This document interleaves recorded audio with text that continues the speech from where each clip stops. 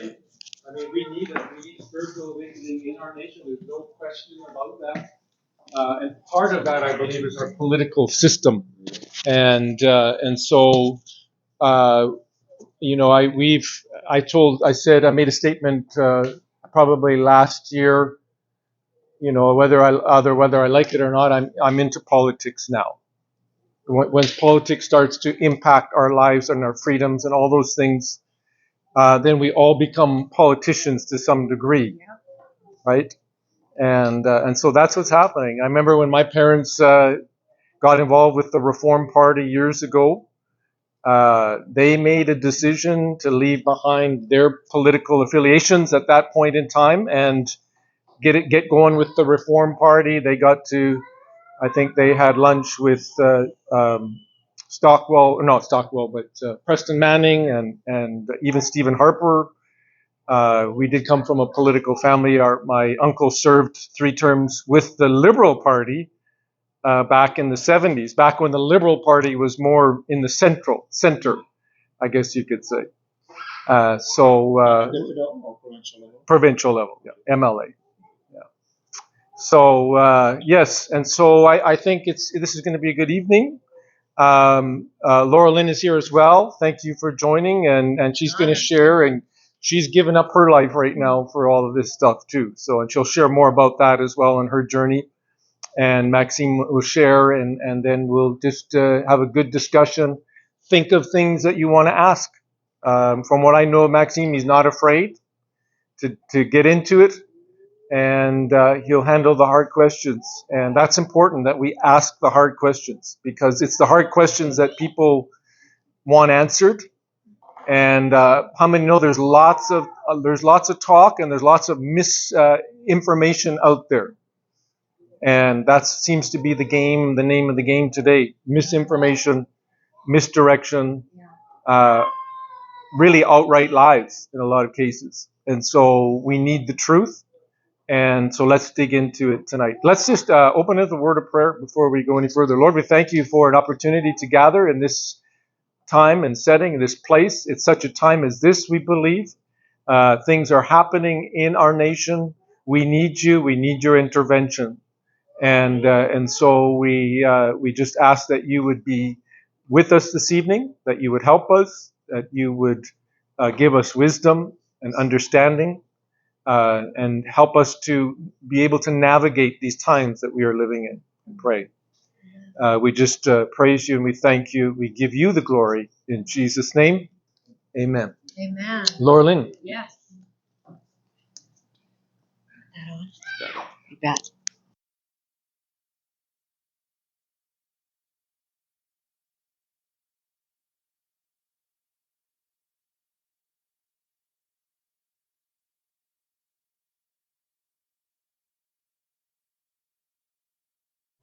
Yes, she's right. She's right about the abortion debate that she started in 2019 across the country. And yes, I was running in both in my former riding. And as you know, in Quebec, they're pro-choice, 200%. And during that election, you know, some of my friends I went to school with, guys and ladies, who were saying, Maxime, we cannot support you because, you know, you want to have a bill against abortion. But you know, and I did also at the time a radio station interview in 2019 that was about the bill that you are having presented, and I was at that time, and I'm still 100% beside that, and I agree with the bill and with everything that she did. So at the radio station, they told me before it will be about abortion and your campaign. So the radio man, morning man, that was in the morning, a man, he said, okay, Mr. Bernier, one of your candidates wants to reopen the debate on abortion. Reopen the debate. I said, yes, and you are in favor of that? I said, yes, and speaking for it. And I tried to bring the argument that for the last 35 years in this country, we are killing unborn babies about 100 of them, 100 of them every year for 35 years. Why I know 100? It's very difficult to have the data and the statistic on that. They don't want to give us that because they know if the majority of the population know that, they will be on our side. But in Quebec in 2019, the Quebec minister in charge of health did a press conference, and that was about the healthcare system. And he said publicly, that was in the newspaper, in La Presse newspaper, that in Quebec, every year, they have about 20 late-term abortions. When I'm saying late-term, 6, 7, and 8 months. It's a baby at that time. It's a baby. And saying, my body, my choice, no. There's two bodies. It's not your choice. And I started to try to bring that argument. But they didn't want to listen because they know that that argument and our position is very powerful. And if more people can listen to that, understand that, they would come on our side. So the radio station host told me, Mr. Bernier, we're going to end the discussion right now. You're a man, and you don't have the right to speak about abortion because you're a man. And so I wasn't able to go on with my arguments. And I can tell you that I'm very pleased, like Lorraine said in the beginning, that yes, in 2018, when I resigned from the Conservative Party of Canada, I did that press conference. And yes, I said that the Conservative Party of Canada is morally and intellectually corrupt, cannot be reformed. And I said that because when I ran for the leadership of the Conservative Party of Canada, the leadership contest, I didn't win with 49% of the vote. And Boucher won that leadership with 51%. So after that leadership, I tried to work with the establishment of the Conservative Party and the leader in Boucher. And my goal was I wanted them to take some of my ideas, to take my ideas to be part of their electoral platform for the election in 2019. We were in 2018. And after 15 months, I was able to have a meeting, a private meeting with Andrew Scheer. And I must admit that Andrew was very honest. And I said, Andrew, we will have a general election soon. And I just want to know if you want to take some of my ideas for the party electoral platform for the next campaign. And I said, my ideas were very popular. 49% of the members voted for that. And Andrew said, Maxime, yes, you're right. Your ideas were very popular with the membership of the Conservative Party of Canada. But Maxime, I'm running to be Prime Minister, and your ideas are not popular with the general population. So I won't speak about it, and we won't run with your ideas. It won't be part of the electoral platform. And he was honest. It was not part of the election in 2019. So that's why I resigned. And I said, this party is conservative only in name. They don't speak about conservative ideas. And when they don't do that, they're giving credibility to the leftist narrative. And now we are living in a socialist era because the Conservative Party didn't fight for our values, family values. And now if they want to be in power, they're doing focus group and survey and polling, and they're telling what the majority want to hear.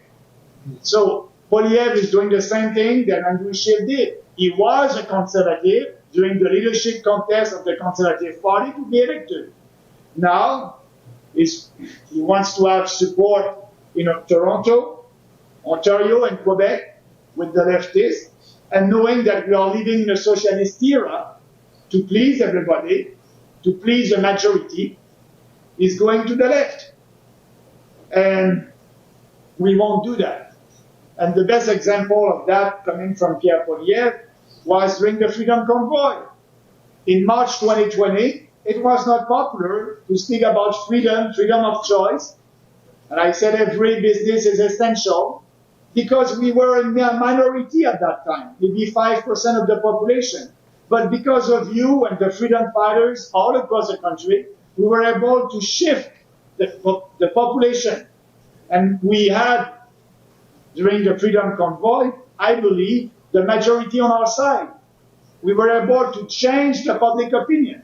And that's why Pierre Poilievre came at the end of the Freedom Convoy and said, freedom, freedom, freedom.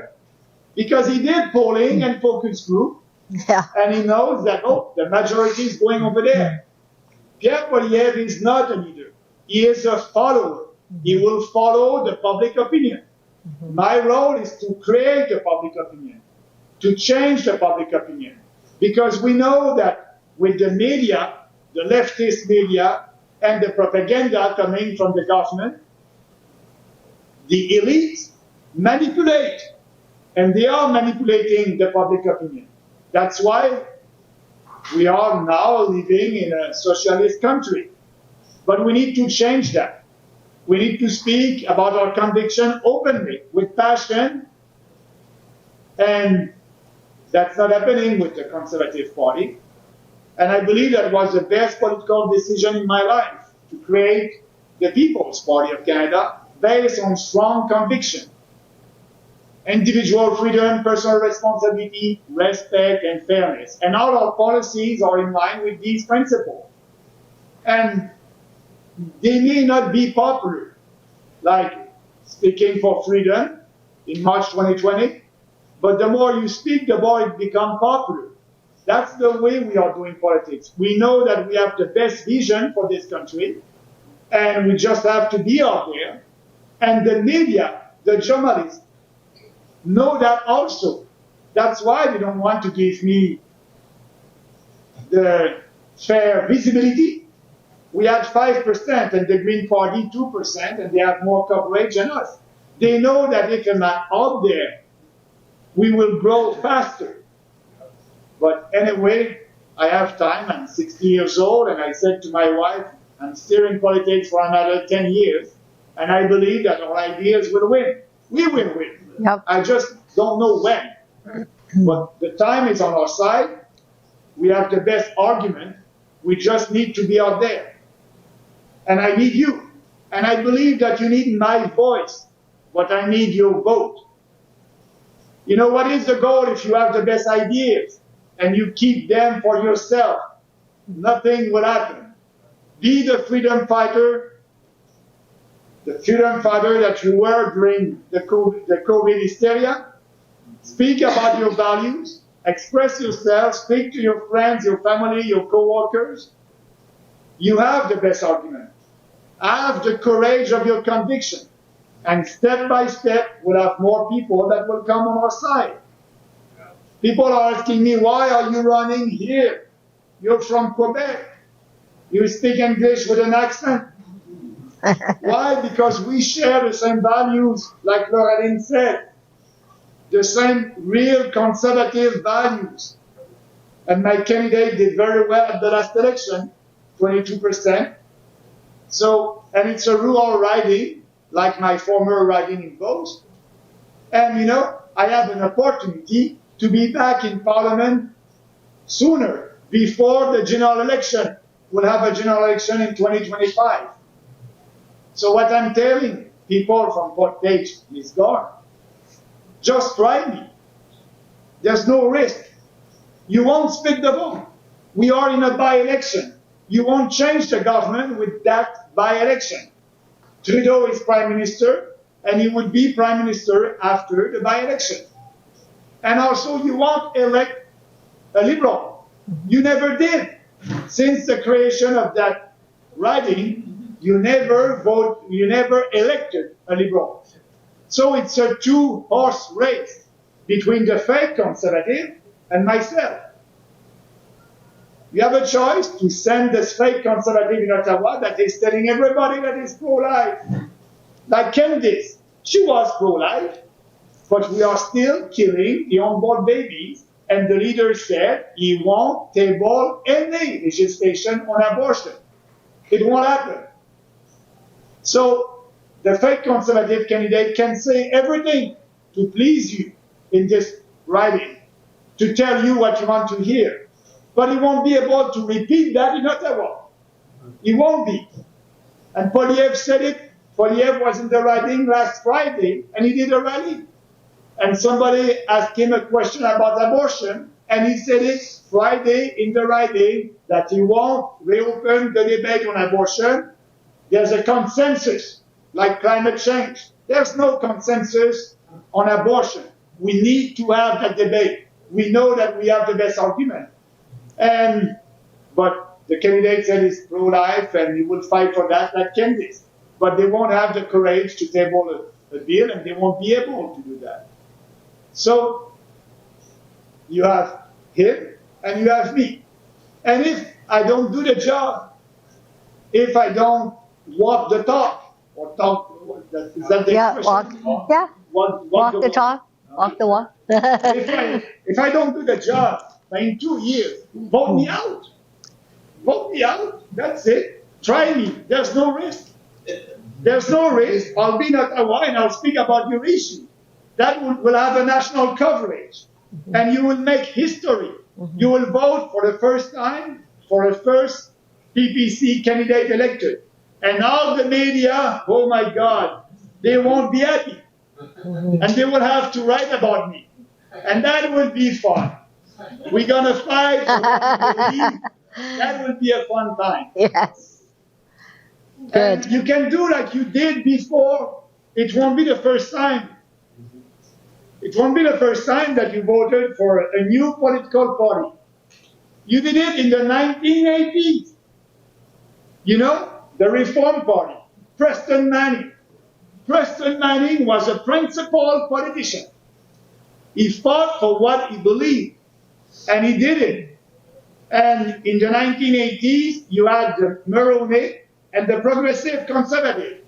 In 1988, Mulroney had the biggest majority in the history of our country. All across the country. That was the free trade election. But the next election, because of you, he was able to elect 2 candidates from the biggest majority in the history of our country. You said enough is enough with the Progressive Conservative Party, and he was able to have 2 seats. The biggest defeat in our history. And you said no, the Conservative Party are taking our vote for granted. They want to pander to Quebec and Toronto, and we are fed up with that. We are voting for a guy here, Preston Manning, and Preston Manning became the official opposition. Preston Manning was not Prime Minister, but he was speaking about your values, and at that time, we had a huge deficit in Ottawa. And Preston said he was a fiscally responsible politician, and he said we must balance the budget. But that was not popular. Like speaking about abortion today, or speaking against the toxic trans ideology. But he spoke about it every day, and in the House, and asking questions to Chrétien, and Paul Martin was the finance minister. But he did a good job. He was able to move the public opinion. And Chrétien did a poll. Oh, there's 45% of Canadians who want us to balance the budget. We may do that because we won't be elected. And Chrétien did it and balanced the budget. So we can change a society without being in power. The other example is the Green Party of Canada. Elizabeth May. She won the debate. Every establishment political party has a huge green platform. You know, climate change, climate hysteria, climate emergency, the Conservative, the Liberals, the NDP. She did her job. Every national establishment political parties, they have a green platform. She won the debate, except us, about climate change. The climate is changing, and I believe that God knows better than us what will be the climate tomorrow and next year. So we don't want to spend any money on that. But Poliev will. Poliev, will impose more regulations on farmers for fertilizers and things like that. So what I'm telling you, actually right now in 2023, the PPC is the new Reform Party, and the Conservative Party is the old Progressive Conservative Party. Let's do that change right now. There's no risk. And I like to do what I'm doing because I believe that we have more support. The only challenge that we have is the media. You know, it's very difficult to be in the national media, but actually I'm very pleased because during this campaign, I did twice the first page of the Winnipeg Sun. So more media now, they know that something is happening in this riding, and I will fight until the end. Maybe I won't win. So the question that I have when I'm running, okay, Bernier, yeah, but you're from Quebec, so what are you going to do after the election? Are you ready to move here? And I said, yes, like I did before. What do you mean? I was in Montreal in 2005. I worked 19 years in the financial sector.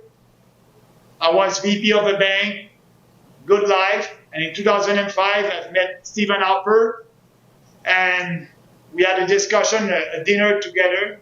And he asked me, you know, I want to have some seats in Quebec before the election of 2006.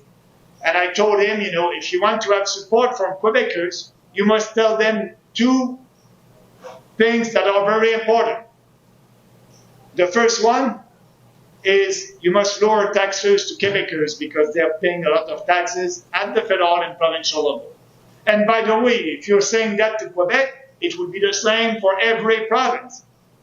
And the other thing, I said in Quebec, we have two national sports. Do you know the first one? Hockey. Hockey. The second one, referendum. So I said, you don't want to have any referendum, so you must say to Quebec that you will respect the Constitution. You won't interfere in provincial jurisdictions. You will respect the autonomy of provincial governments. And he said, yes. And I said, by the way, it would be good for every province. And he delivered a speech. He delivered a speech in September 2005 about that. And I was running with him. And it went very well, and I was a minister. But we had a majority in 2011. We were not able to do any bold reform because at that time Harper was looking to be re-elected. And I can tell you when I'm saying they are taking your vote for granted, I can give you multiple examples, but I'll give you just one. When you're a member of parliament, every Wednesday morning from 9 o'clock to 12 o'clock, you have the caucus. The Liberals, they have their caucus. The Liberals MPs together. The NDP and us, the Conservative. In the caucus, the Prime Minister is there. He is sharing, he's at the end of the caucus in front of us, and we are listening. And the debate that we have inside, it's about what will be the legislation that we will table next week and why, and we have debate about that. And at the end of the caucus, for usually between 45 minutes to 1 hour, that's the open mic, the Q&A. So every Conservative MP can go at the mic and ask a question to Prime Minister about what the discussion that we had.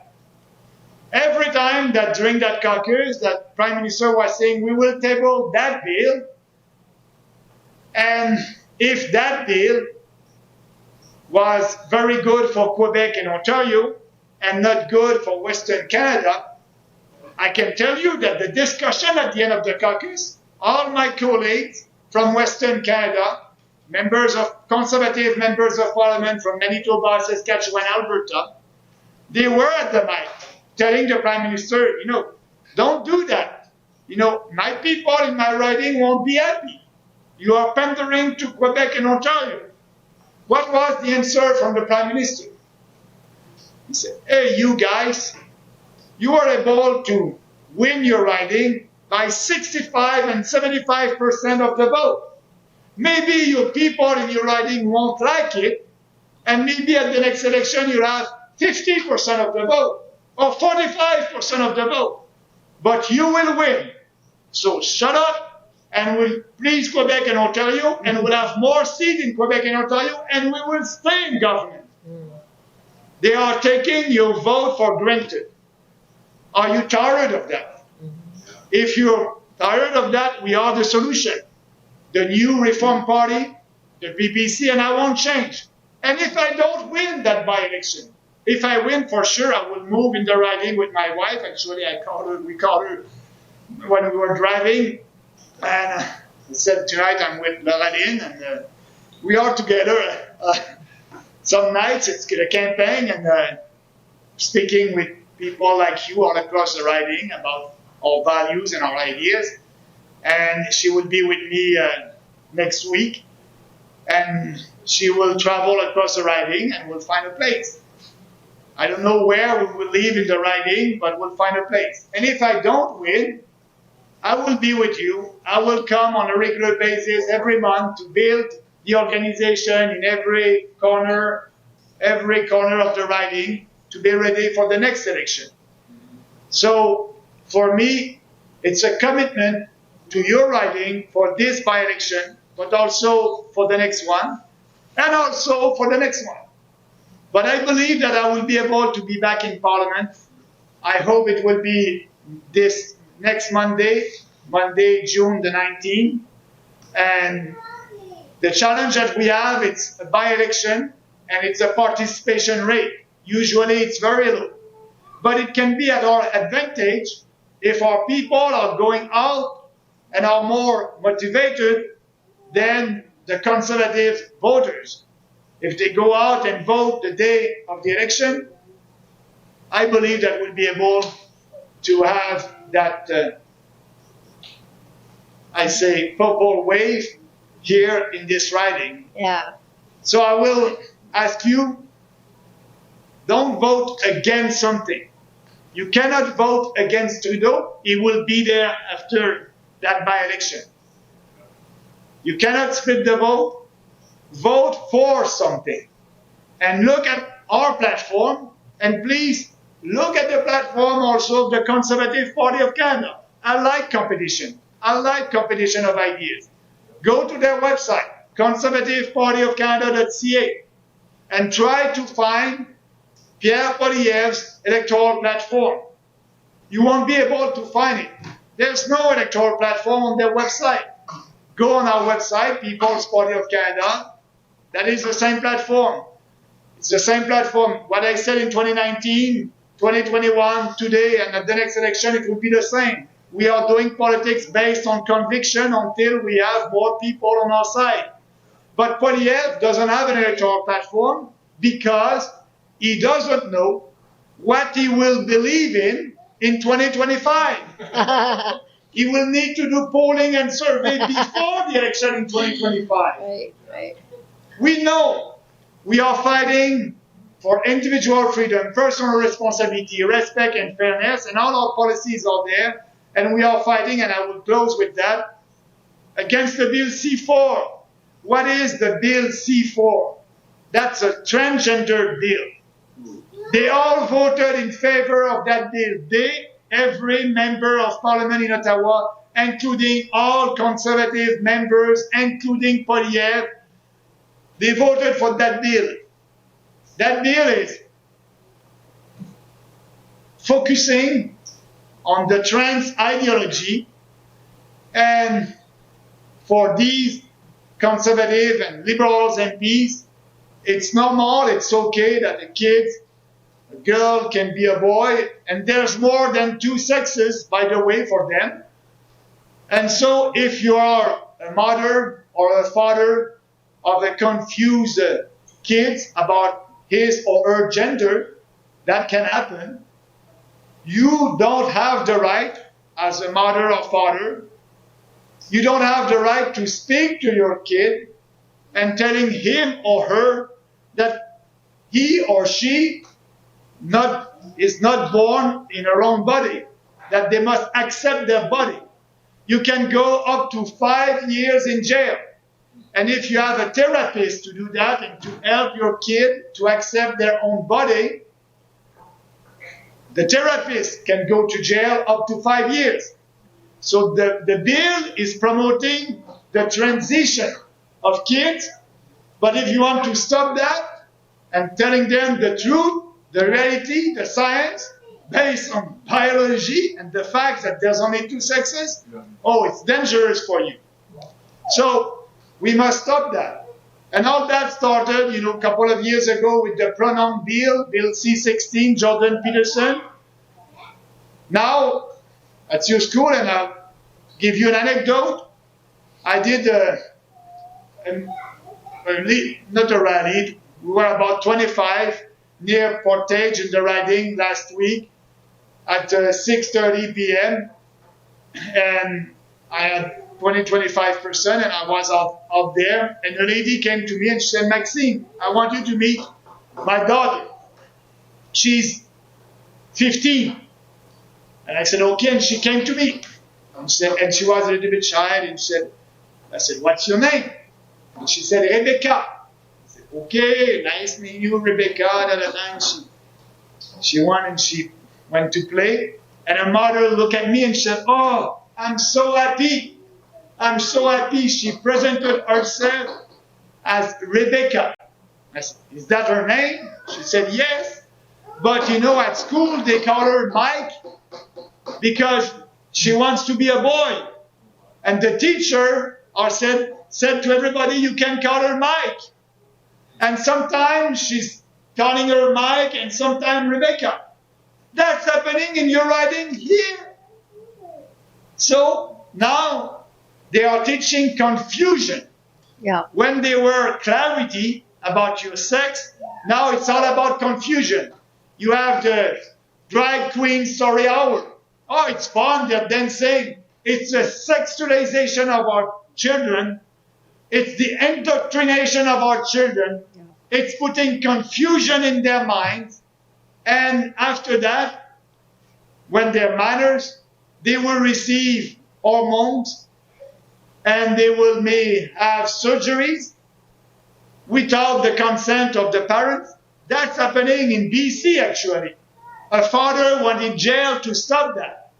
That's the mutilation of our kids. Yeah. Castration of boys.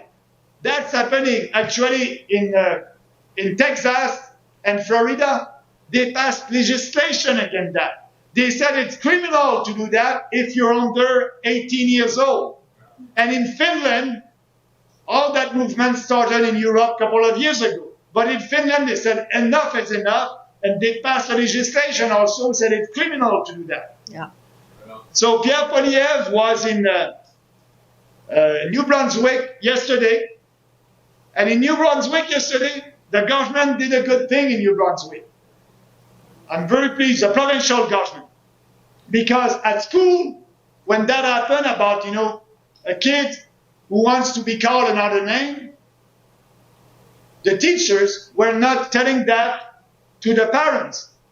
And that happened here because that lady who told me that about Rebecca, she said, Maxime, I knew that. I had a meeting with the principal of the school, and he said, no, we didn't tell you that, and we're not obliged to tell you that she wanted to be called Mike.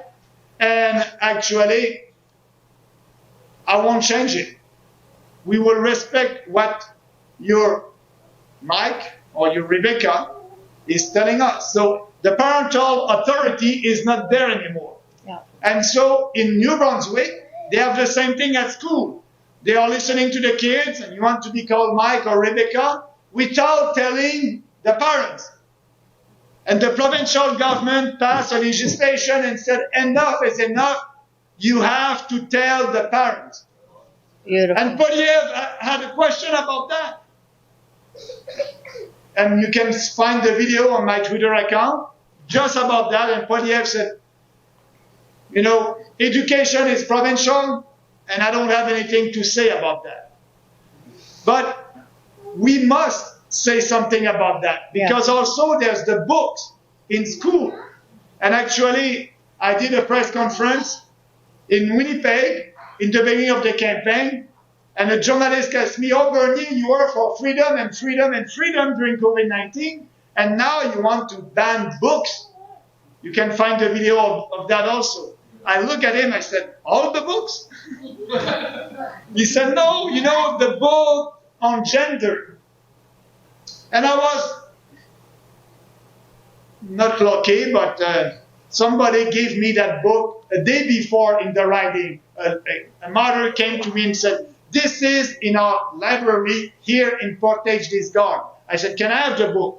I said, "What do you want to do with the book?" "I don't know. I want to look at it. I want to read it. I want to know more about that." "Okay, but I want my book back." I said, "Yeah, you'll have your book back." That was in the beginning of the campaign. So I had that book in my car. So my assistants went and ran and took the book and gave me the book. And when I was saying, "All the books," and he said, "No, the gender one." And he gave me the book. And I opened this one. The title of that book is "Let's Talk About It." About what? About sex. Let's talk about it. And it's all pornography. And I was turning the page. And the media didn't want to look at it. And I said, "You didn't want to look at it, but the children must look at it."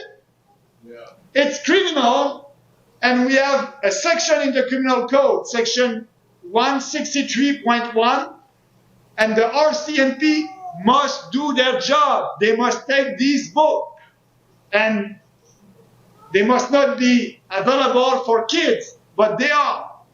So when Poliev said, "Oh, it's all under the provincial jurisdiction," no.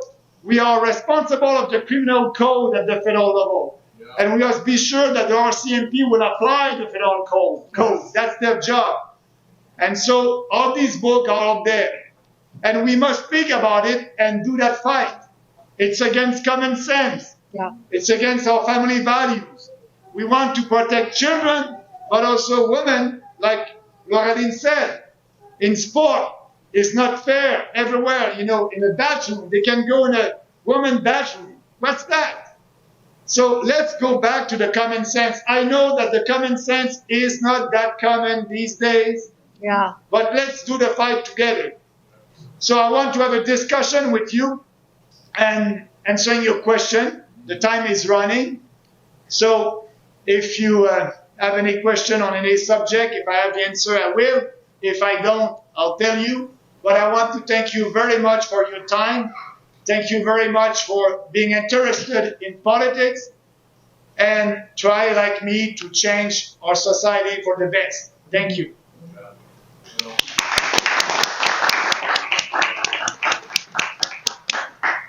So, Question. My God, I was clear. My accent was not too bad. The situation in New Brunswick, I just read about that today too. And some of its own members actually walked or protested against him. And the premier said that he would go to the mat and go to a provincial election, I think, over this issue. Yeah. Does that make sense? Yeah. I think, yeah. But also, all the trans activists will be very active because he said that. And that mob can be. So they will do their best for the premier to change his position on that. So that's why the people in New Brunswick, parents in New Brunswick must be behind their premier right now to be able to. It's common sense. That's parental authority.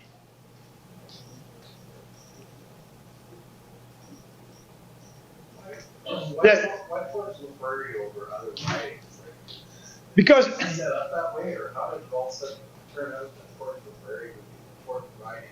yeah, because Have the Prime Minister show up. yeah, because first, why Portage? Portage Discard. Because Candice decided to resign, and when an MP resigned, the Prime Minister has 8 months to call the election. And so in Canada right now we have 4 by-elections, one in Winnipeg South, one in Portage-Lisgar, one in Westmount, Montreal, and one in Oxford, Ontario. So that's why we have a by-election. Why me in that riding as a candidate? Because I have an opportunity to be back in Parliament sooner, But the most important, we share the same values. You are conservative-minded people, and I believe that, like the reform in the 1980s, we are the only real conservative party, and I believe that, I want to run in a riding where people believe in conservative family values. And I believe that we're doing a good campaign because Polyev was here. He was here last Friday. And why? You always voted conservative, and Candice won the riding by 53% of the vote. It must be a safe riding. Why the leader will come in this riding and do a rally? Because I believe that, he think that the riding is not so safe for the conservative. So what they're doing, like I said, they're morally and intellectually corrupt. They're having ad about me. When I was a conservative and working for Stephen Harper 15 years ago, and I went to Davos in the World Economic Forum as a foreign affairs minister to fight for our country, because at that time we were in war in Afghanistan. At that time I was a foreign affairs minister, and at that time our Canadian forces didn't have the right equipment to do that job. So Harper asked me go and speak to other foreign affairs ministers and ask them to come and help us in Afghanistan. So I look at the agenda. There's a lot of countries in Europe. I said, if I'm doing a trip every time, but I knew that all these foreign affairs ministers will be in Davos for that conference. So in one trip, I can have a lot of meetings with them and do my job. So I registered, I went there, and I had a private meeting with each one of them, and I was successful. France helped us, Netherlands, UK, and we had more support from these countries after my meetings with them. And that was the position of the government. So now Polyev and the ad in the riding, Bernier is for the World Economic Forum because I was there 15 years ago. And I said, no, yes, I was there, but our philosophy is to promote the sovereignty of our country. The World Economic Forum, it's a socialist organization. And actually, they are attacking the conservative, because when I did that, I was a conservative. So they are attacking themselves. And Harper was at that conference. I didn't deliver any speech there. I had my meeting, one meeting with every one of them, and I left. But Harper was there, and he delivered a speech. That was the policy of the Conservative Party at that time, to be pro-World Economic Forum. And so they're using that there.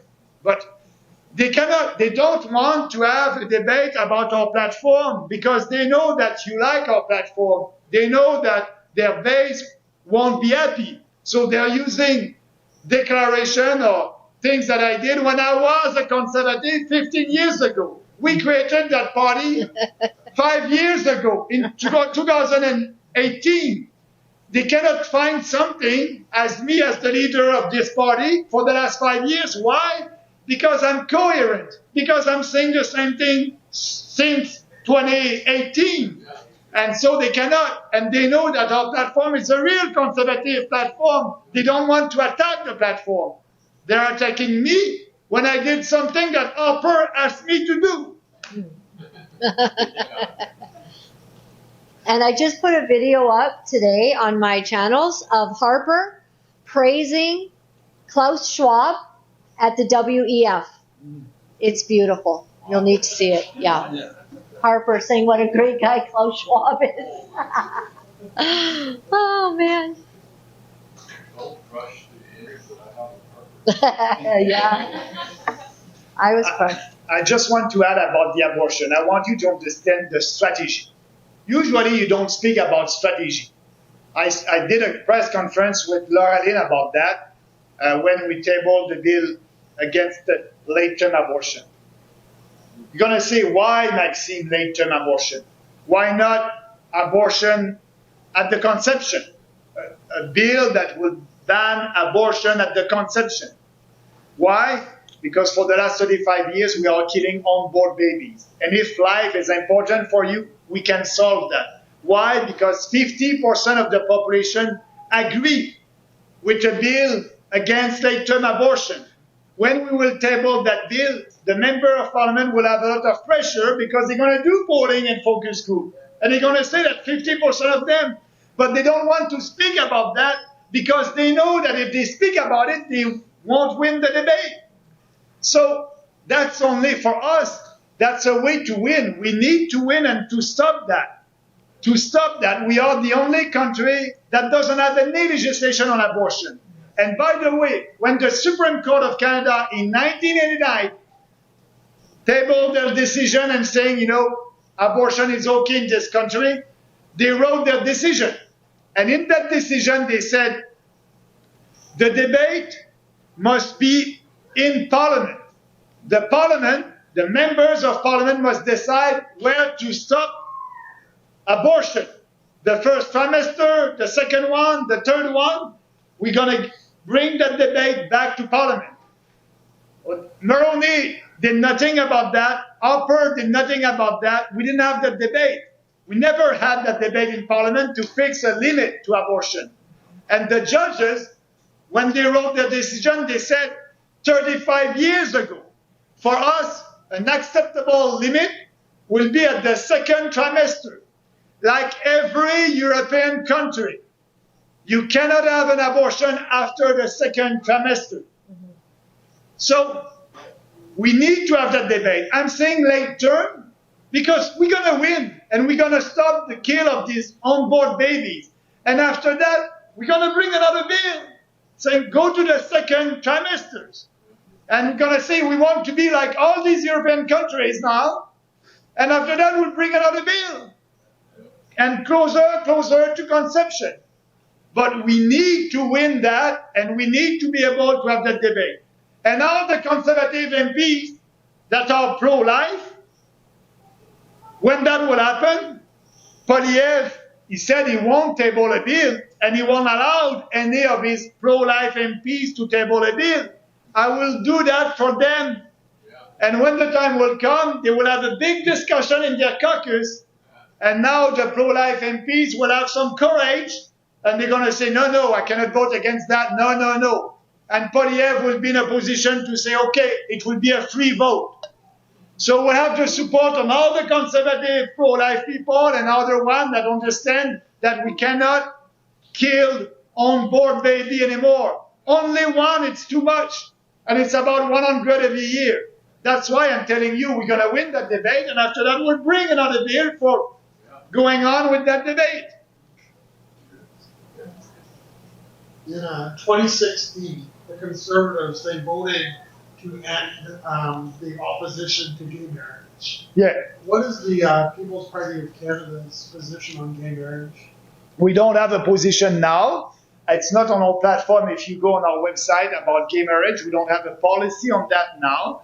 And I believe personally that, churches must be able to decide if they want that or not. And the question is, do you want us to reopen the debate on that? That must be the question.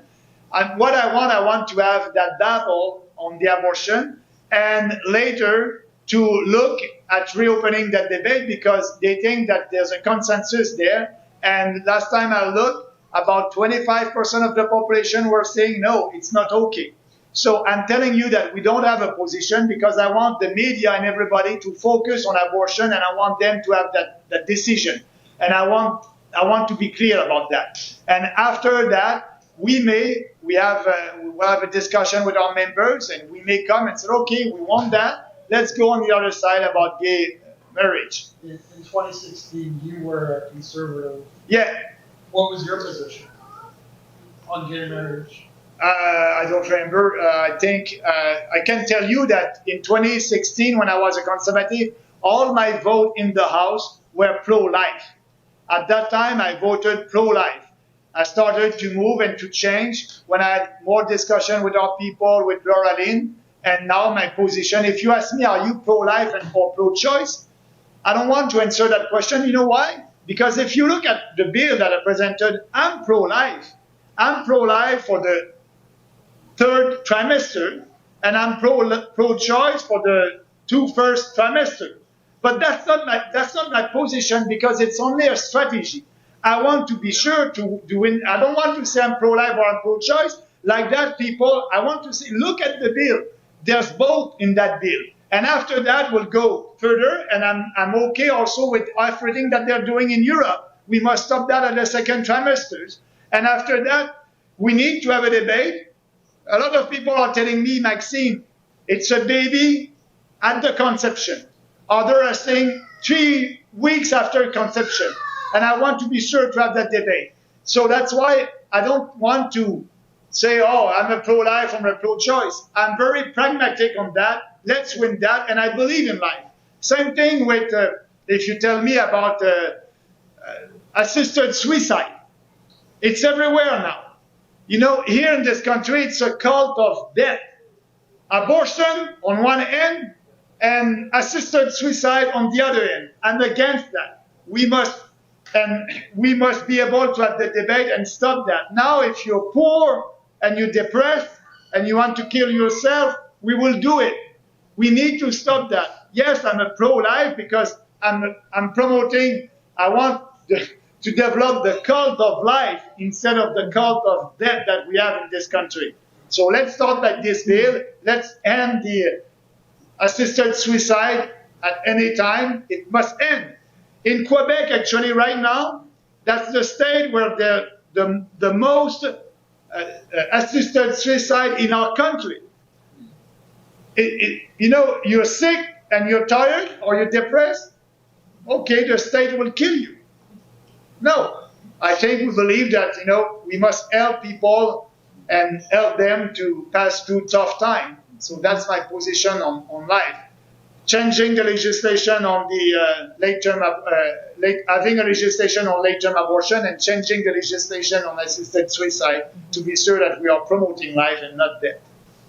Can I share on the issue that he's raising, Maxime? Yeah. I'll just for a second. Okay, so this was very interesting information with respect to the gay marriage. Gay marriage went through because Stephen Harper wanted it to go through, and I'll tell you why.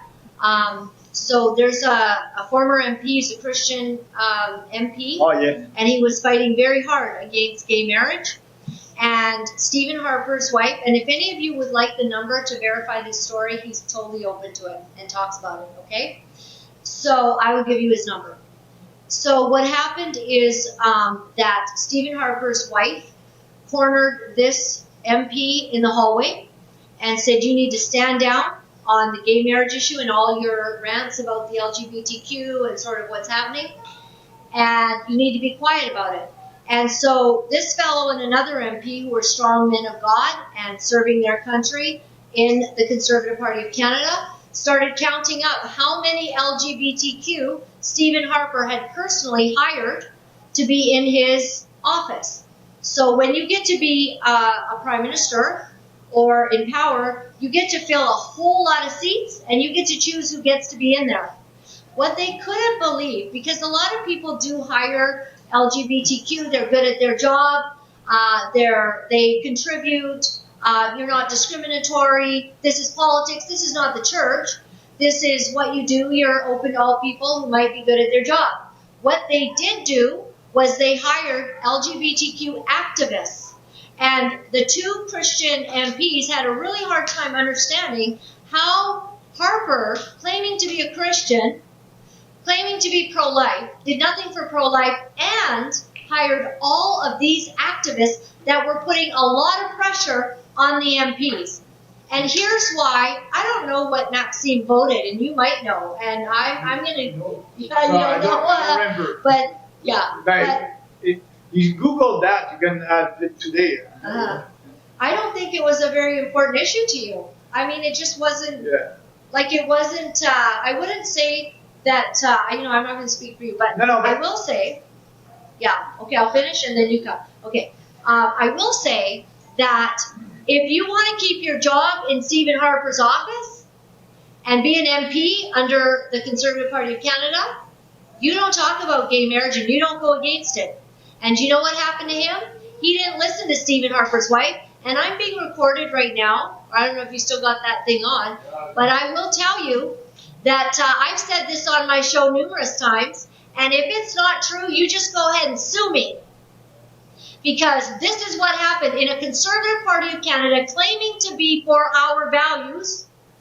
They made it impossible to be for our values as you served as an MP under their leadership. So my friend did not stand down on his beliefs. He stood up and he faced the fire. And Stephen Harper invited him to his office one day and said, "You've had a good run here, haven't you?" And he said, "Yes, sir." "Yep, you've had a good run." That's all. And then he was informed that he would not be allowed to run again in his riding, that they would be choosing a different guy, not him.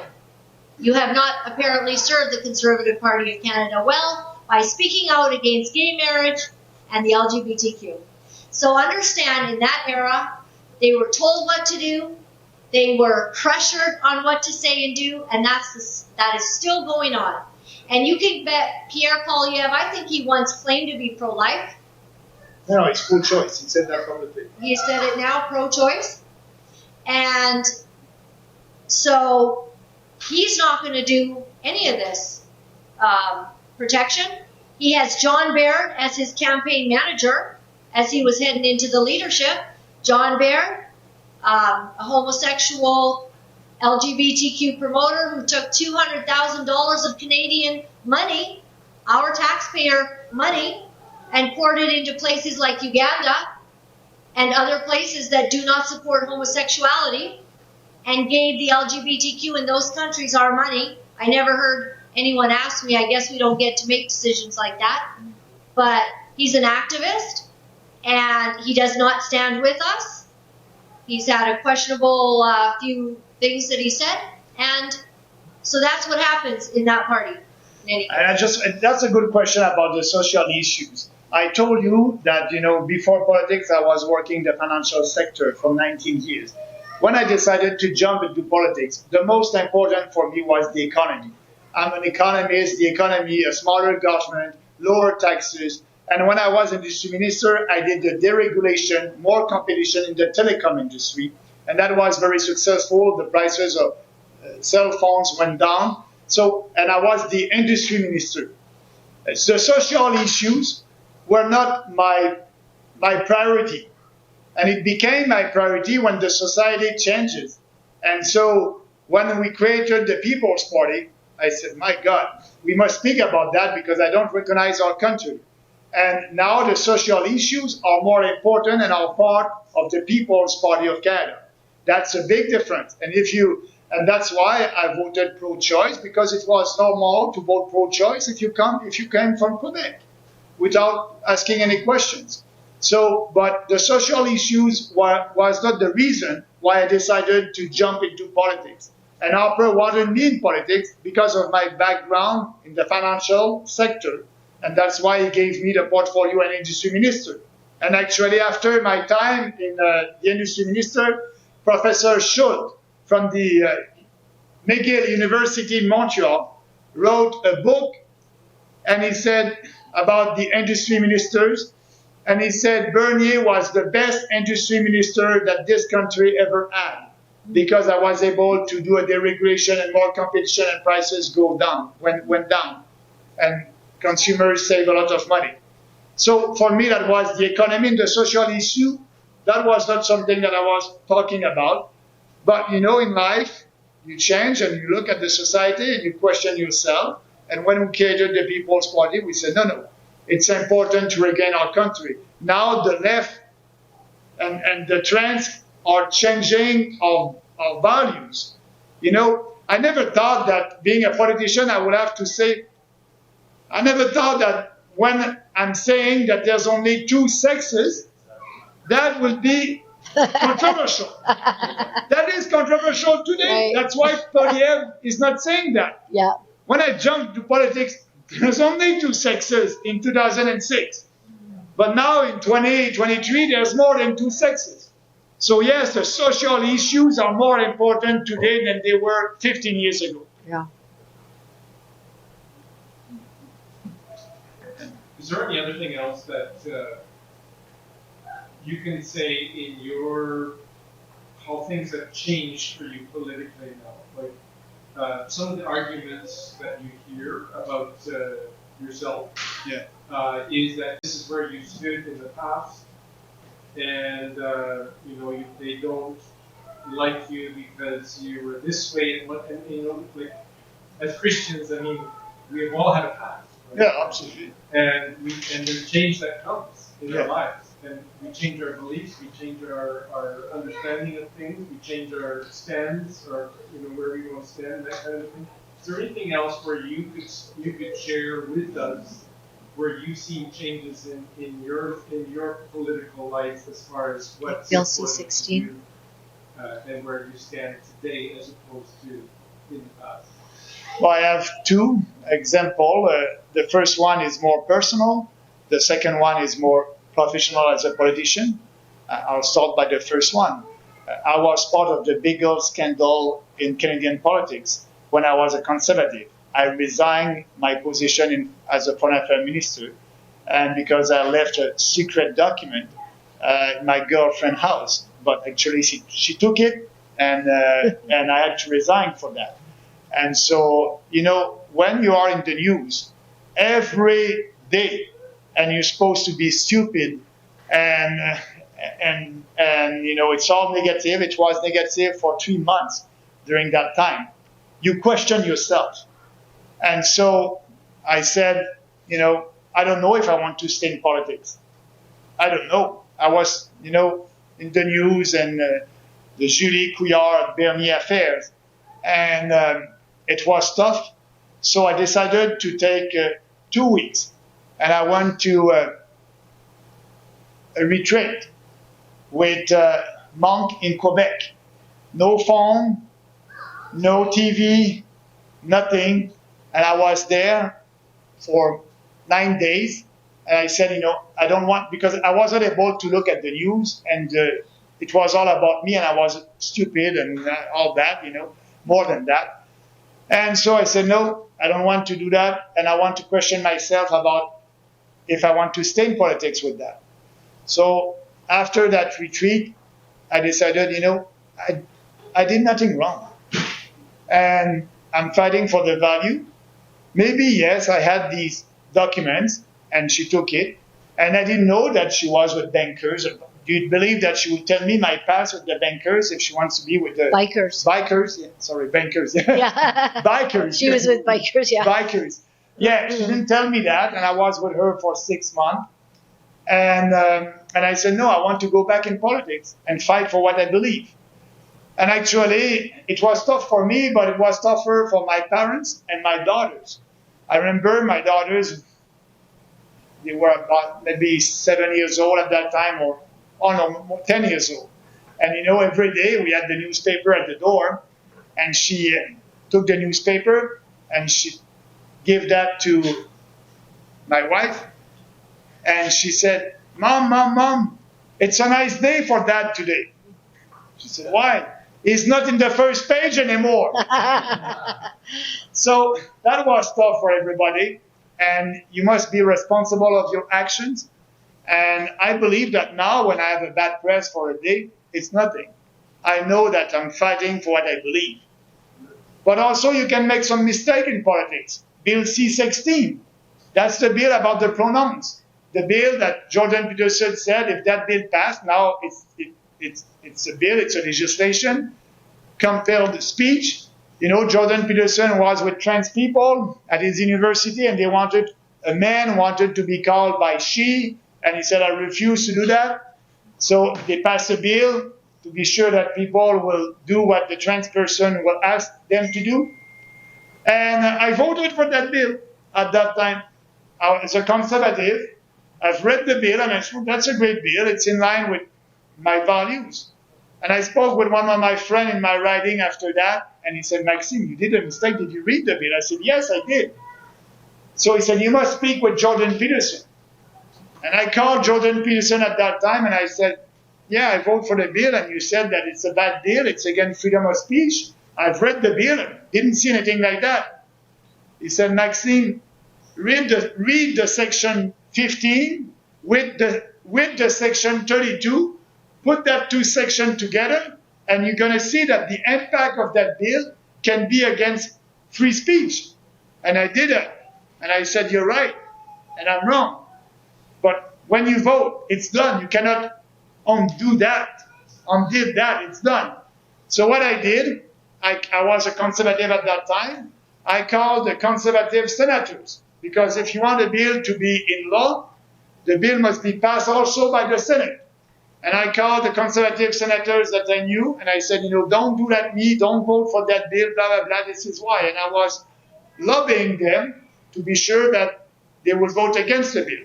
Some of them did, some of them did not, but the majority was a yes, and that bill passed at the Senate. So now in our platform, the position of the People's Party is to repeal that bill. So yes, in politics you can make some mistake, but you need to learn from that, and in your private life also, and you need to learn from that. So that's why, I'm not scared to speak about the real issues.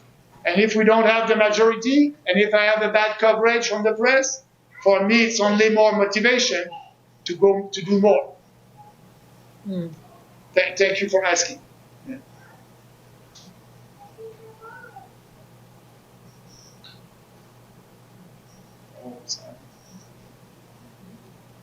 This is your opportunity to listen.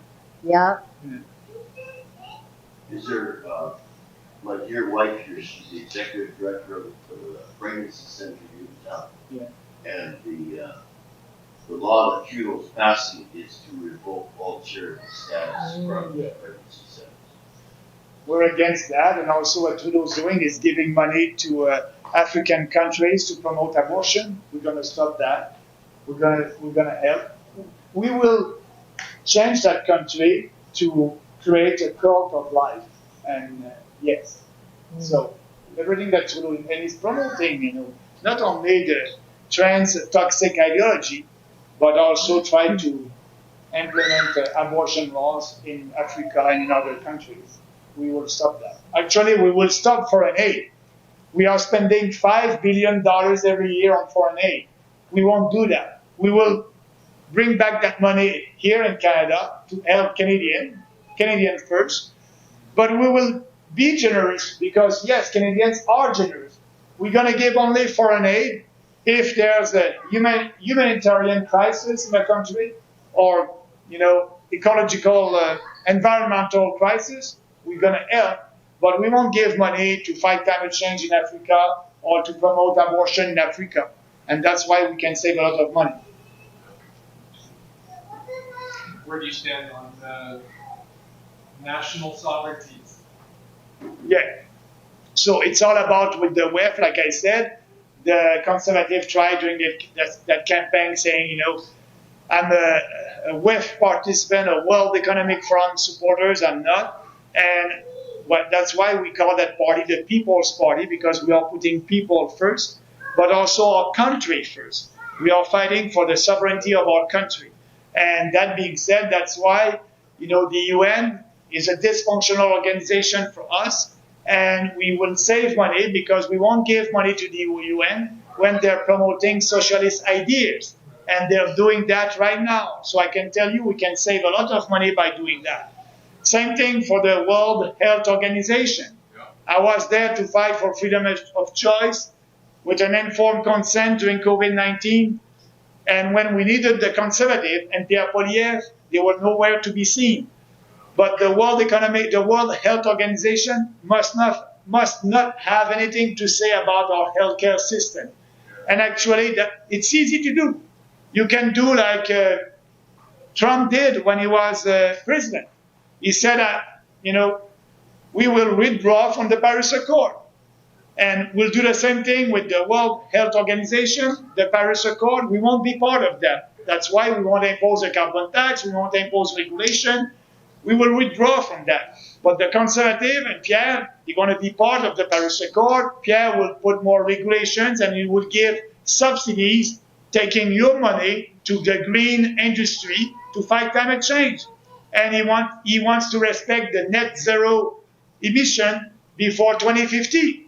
We won't do anything. We will withdraw from that. So these are examples that we are fighting for the sovereignty of our country. And also, I liked when you talked about, like, how can one voice really make a difference at this time? Like, what does one People's Party, but you're talking about how you're very courageous with the media. Like, you'll be out there talking to them every single day. Imagine if you begin to shape ideas, Yeah. shape the narrative. Yeah, you're right, because, you know, I won't be in government alone after that election, but I will have some right as a member of parliament to table bills, but also to speak in front of the national media. And so they will have every week to cover what I'm saying. That's their job. And so that's why our ideas will be out there. We will influence the politics of this country efficiently. So, and if I don't win, I'll do the same. But it will have maybe fewer coverage from the mainstream media, but it won't stop me. But yes, we can influence the politics and have more coverage from the media, and that will help, I believe, us who believes in us. And, you know, we created the party and called that party the People's Party because it's simple. We have faith in you. We have faith that you have the ability, the dignity, and the right to make your own decisions and determine your own destiny. The People's Party of Canada, that's us. When we created the People's Party, people said, oh, it's like a communist name, People's Party of China, People's Party of Canada. We're not communist. And actually, I will end with that if there's no question. When we decided the name, I had a dinner with my two daughters, and I said, that is creating a new party, and the name of the party will be the People's Party of Canada. We started our dinner, and my oldest one, Charlotte, said, I don't like the name, Dad. You must change the name. It's a little bit communist, and that's not you. You are for people, for free market, for freedom. I said, do you have another idea? She said, I'm going to think about that. So after dinner, she said, I have an idea. I have a new name for you for your new party. I said, oh, what's the name? And I said, I'm open to your proposal. She said, the Citizen Party of Canada instead of the People's Party of Canada. You're for the citizen. I said, I like it, but I cannot. Because, you know, Citizen Party of Canada, CPC. It's like the Conservative Party of Canada. Right. And I cannot, it's illegal, I cannot use that. So that's why we are the People's Party of Canada. Thank you. Yay.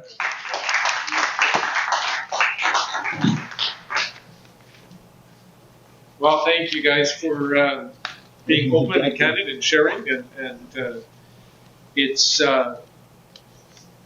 is politics, right? Keeping that in our minds here, it's politics, and so we basically do our best to do the right thing and to say the right things, and whether we like it, we're all in a bit of politics, even as pastors, right, and leaders. There's a bit of politics involved, right? There's a bit of talking and trying to help people to understand, but yet also there's a line that you have to toe a little bit along the way. And the important thing is the truth needs to come out. We need truth more than we need anything else right now today. And I think it would be fitting for us to pray before we leave, if that's all right, if we could take a few more minutes to do that. And I think we need to pray for our nation as a whole, and also that God will raise up people that will be bold and courageous in this hour. And that is what it's all about. It's one thing to stand in the background and have opinions and views on things. It's another thing to stand in front of the cameras and be very visible. When we opened this store up, we became more visible in this community, and there was a price to pay for that. And especially because we are making a stand. We're not hiding who we are. We look at ourselves as a ministry as well as a public place, and it's not easy. And so when you become visible and you want to be bold in your convictions and who you are and those things, there's a bit of a price to pay, and you can decide whether you want to back off and be and compromise and be accepted, or you can just hang in there and be who you are and voice your convictions and go through all of that crap for a while, but you do get through it, and you know, it's like you got and I think the Bible talks about that. It talks about, you know, Jesus said, "You're either for me or against me." There's no middle ground here, right? There's no middle ground, and so I appreciate the fact that not that, you know, we're not here tonight to tell you how to vote, and we can never do that. I hate when someone tells me how to vote. Right? I hate when someone says, "Oh, you're going to split the vote." We want to get rid of Trudeau so bad we're willing to take anything. We as long as it's not him. And that's voting against something, not for something, right? And so I know I've done a lot of battling online about this whole split the vote thing. Boy, that bugs me. Mm-hmm. And it's not true. I mean, yeah. And who cares if it's true? Like, I'm not voting against something. I'm voting for something. If someone reflects my values and aligns more with what I believe is truth according to God's word, obviously, that's priority, then that's how I'm going to vote. And if it means that I have to go through 4 more years or whatever of Trudeau, well, and my conscience is clear. And I like what you said about, well, you may not get in power, you may not become the Prime Minister, but I tell you, I watched the Reform Party years and how that shifted things. Yeah. It shifted things, and President Manning never became Prime Minister of Canada, but the guy did more probably for this nation in that generation than anybody else did. Now it's a new generation. Yeah. And now we have to fight for our generation. Yes. I never thought I would be engaged in politics. I never understood my parents in the 80s. Why, what's so important about that? And now it's like, it's the future of our nation, right, and our world as it is. So you're okay if we pray for you, Maxime? That's what we have spiritual leaders in the house here, and we would like to lift you up in prayer, lift up what's going on, and pray God's will. Obviously, that's number one, is that we're praying God's will, and I think that Amen. I think we need a shift. We need a shift in our nation more than anything else right now. And I think here, Lynn, when you're saying that this window of time, it is a window. It is a window, and we can. It's where we're going to come out in the future. We will see the results of making a stand or not making a stand at this point in time in our history. Amen. So let's pray together. Why don't we stand? You've been sitting for a while. Yeah. And hi, if you're okay, can we just gather around you guys? Yeah. You're okay with that?